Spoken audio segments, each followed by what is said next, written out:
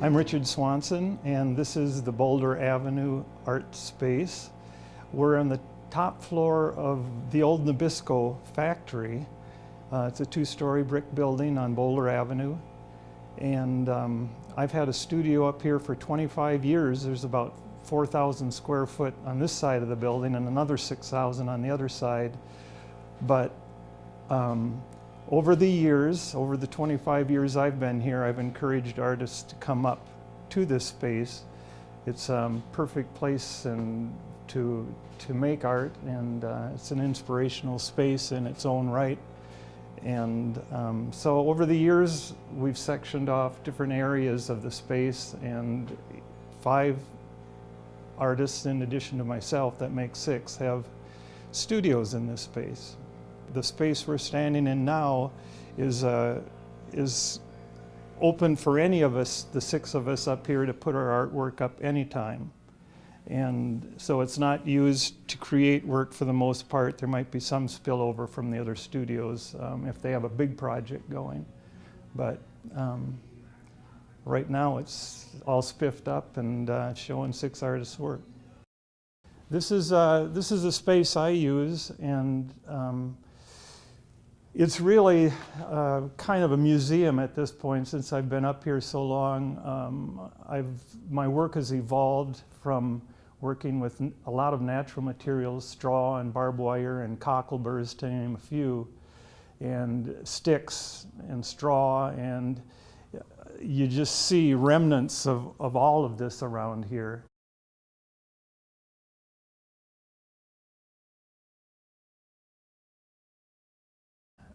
I have all of the models that I've made out of different materials for my public art projects.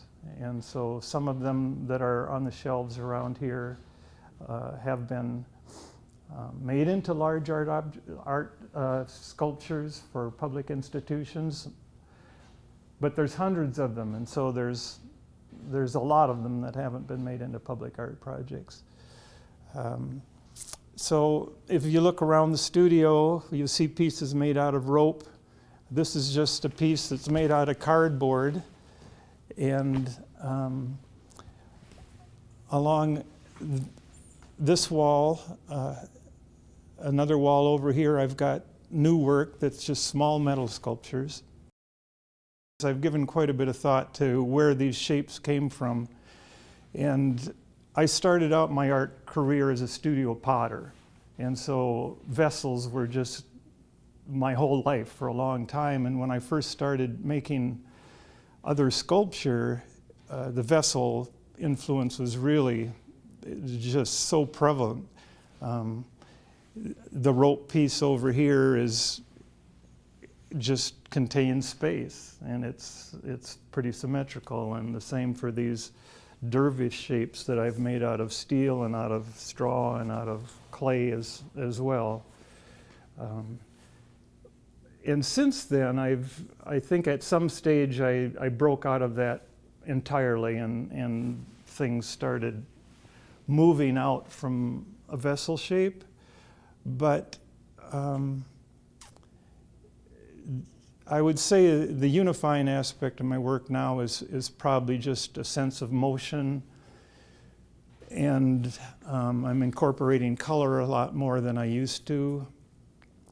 But probably the thing that stayed central to the work is a sense of balance, because everything I make seems to balance on a point, or I never have a solid pedestal. There's, even for the big sculptures, there'll be 3 points that touch the ground, and everything springs out of that. And that kind of sensibility has led to collaborations with dancers. So I've collaborated a lot with Amy Ragsdale and the Motrans company over in Missoula, and I'll be doing another dance collaboration this spring with Cohesion Dance in Helena.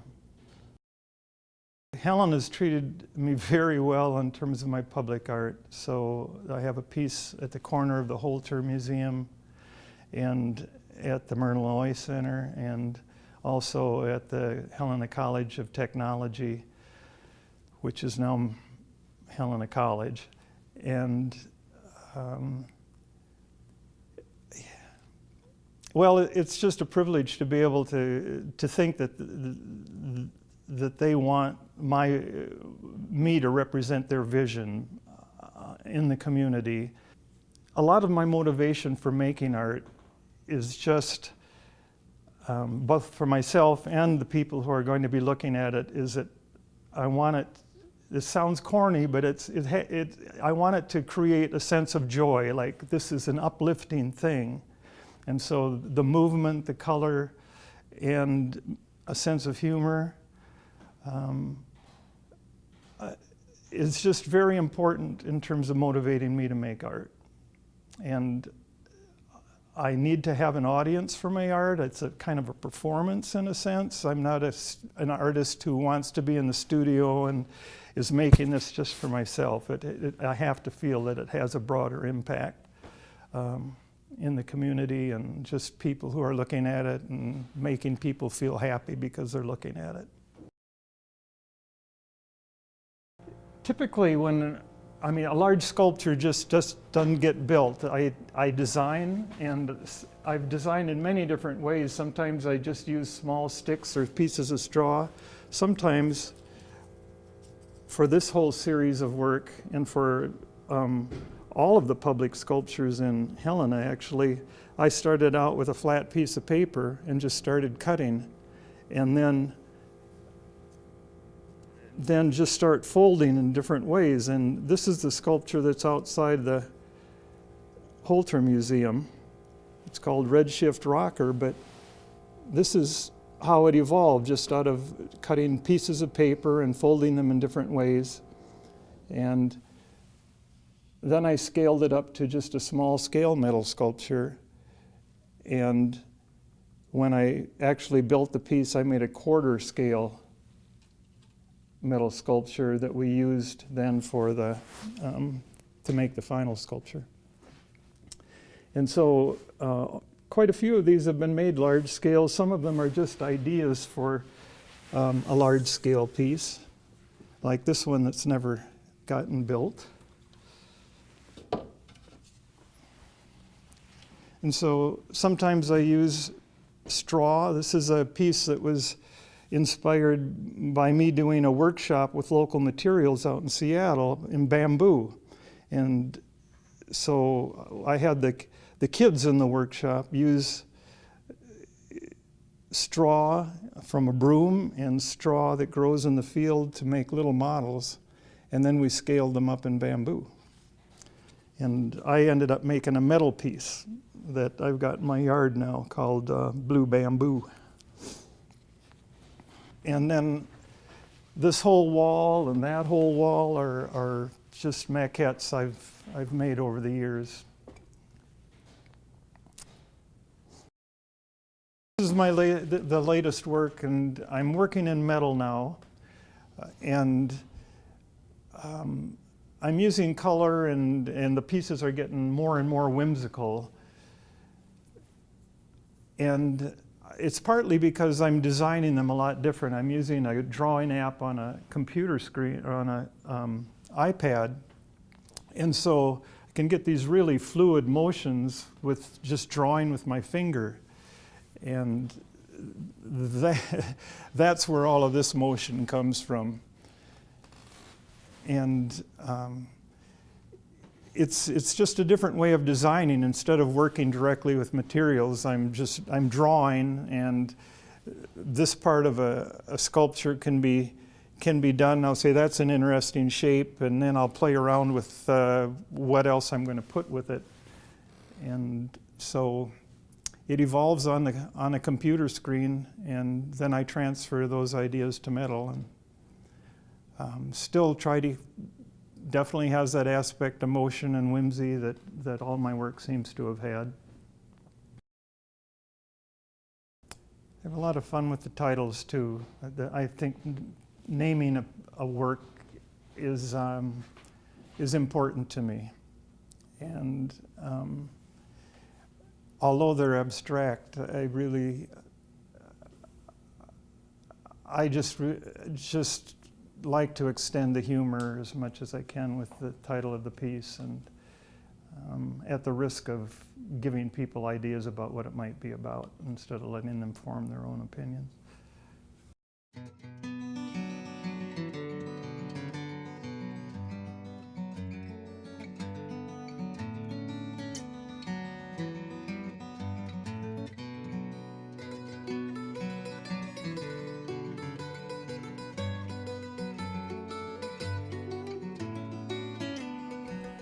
I'm Ashley Wertheimer, and I'm a visual artist, and I make paintings, oil paintings in particular, and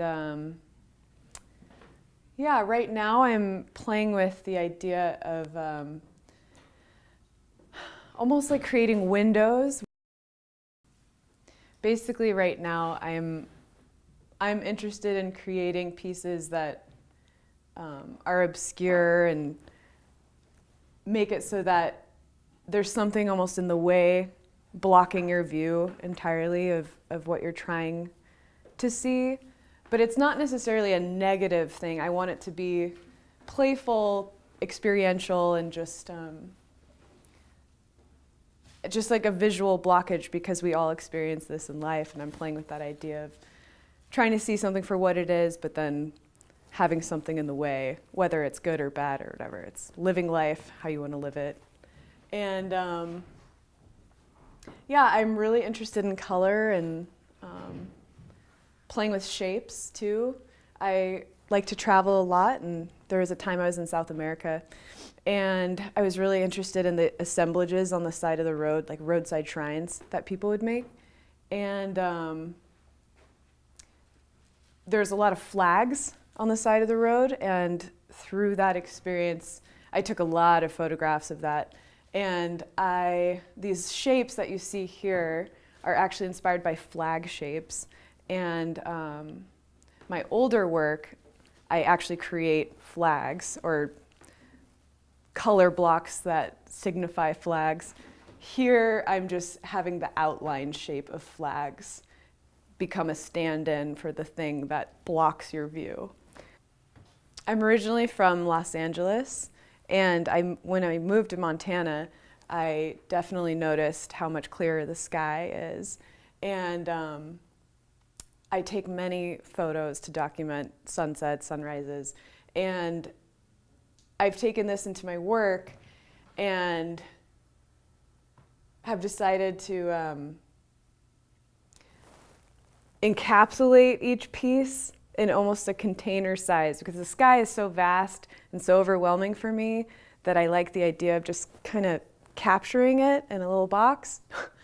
But then there's still that obscure thing in the way of what you're really trying to see. And so I'm just trying to play with that idea right now. So these pieces here were just quick studies looking out my window. Every hour I painted the same mountain range and was really inspired by the color shift that happens immediately. And so what I was doing was doing the block that I like to create, but doing it in the form of just color shapes.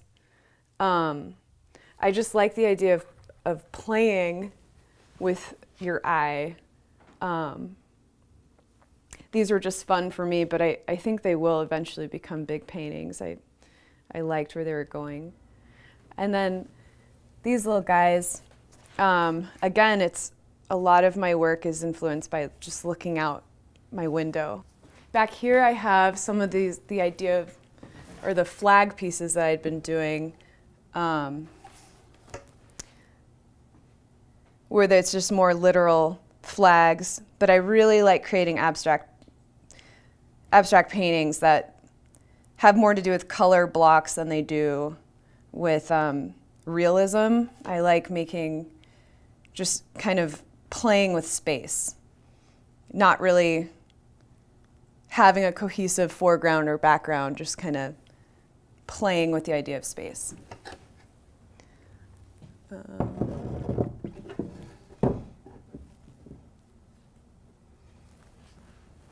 And these guys are more of that idea of the container, just trapping the sky in a little shape, too overwhelmed by what's really there, just kind of keep it in a small little container. I also like I said, I like playing with space, and so I've created shadows so that it almost looks like a collage rather than one piece. I just like to have fun. So it's a work in progress. As I said, I'm from Los Angeles originally, and 4 years ago I moved to a cattle and sheep ranch in rural Montana, and it's a 5th generation ranch, and it's beautiful, and it's a culture that I never foresaw myself being a part of, and a lot of that plays into my work. The landscape and the sky, a lot of it is being overwhelmed by the beauty and by the vastness that I can't encapsulate in one moment. I have to really focus on it, which is, again, why I create these small glimpses into what I'm seeing, almost as a way to comprehend what I'm experiencing. So. Another thing I've been playing with since moving to a cattle ranch is I hike around and I find old skulls that have been there for probably a year or 2, maybe 10. I find elk skulls and cow skulls and deer and bear. It's just fascinating to me. I'd never been around bones before moving to Montana in this way.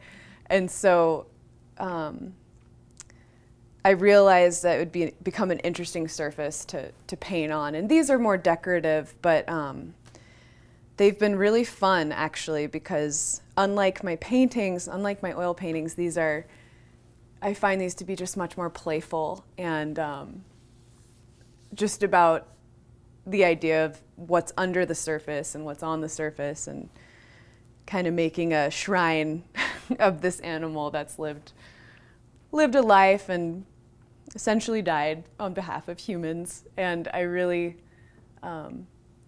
I've had fun playing with this as a medium. That's what I like so much about painting is, or just creating art in general, is creating an opportunity for the viewer to have their own perception.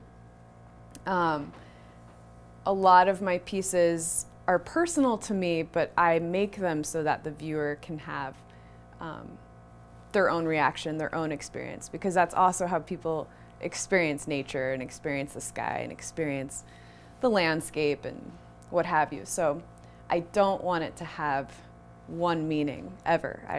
I always like to leave it open for interpretation.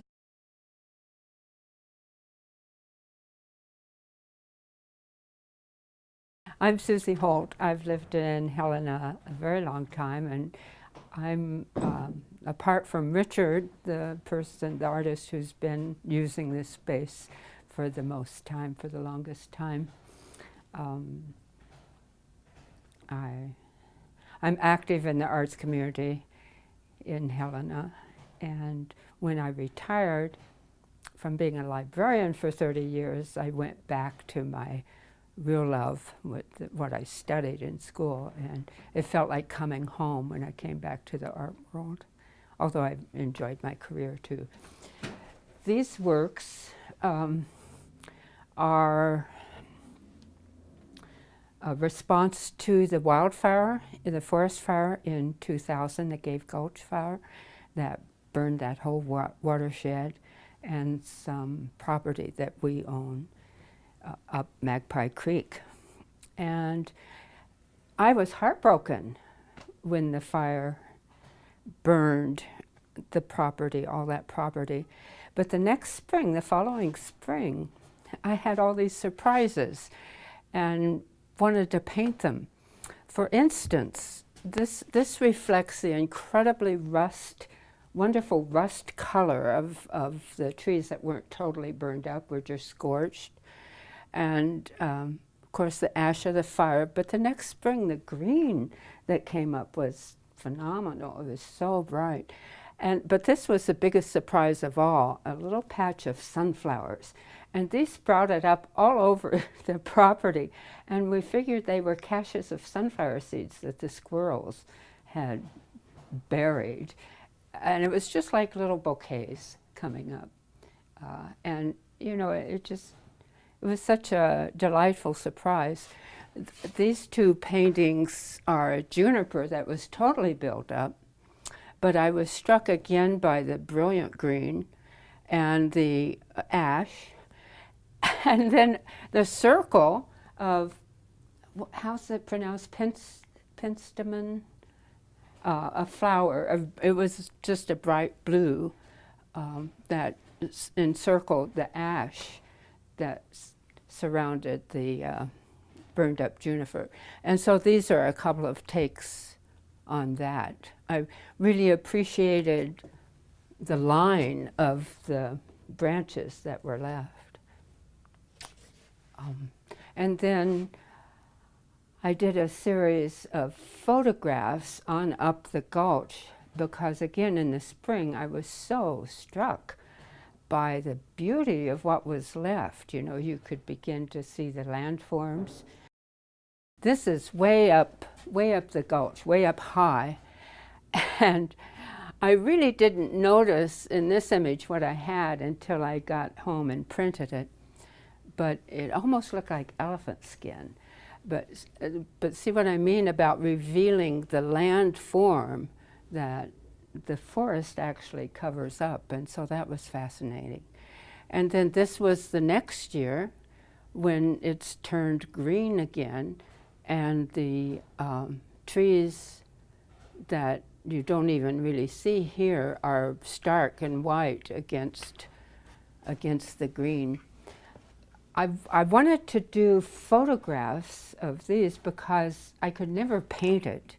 And I thought people wouldn't even believe it if I did paint it. You know, I wanted to show the really rich colors and lines and textures that were evident. This one here, I call it aspen undressing. It was a surprise, and the silky nature of that interior tree that was after the bark peels off was so sensuous. You know, it was very smooth. I especially like the color on this one. I think I call it scorched pine dancers. But these colors are not manipulated. These colors are not photoshopped or enhanced. This is what really existed in the landscape, and with a whole range of purple, green, orange, and again, the scorched rust color. So this was really a healing experience after the trauma of the fire, the angst of the fire, to see the beauty that was relieved. This painting here is another from this series of the Burnt Gulch, and is a more maybe emotion-laden painting of the intensity of it. And then I see this figure as kind of a bird flying, and there's a little green ring here that for me represented hope, you know, after that. So these are relatively old paintings, but I wanted to include them in this show so people could have an opportunity to see them.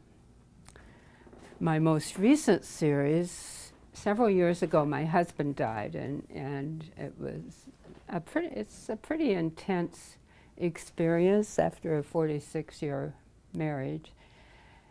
And a few years ago, I had an open house here and showed phase one of what I called studies in mourning. And they were all pretty gray.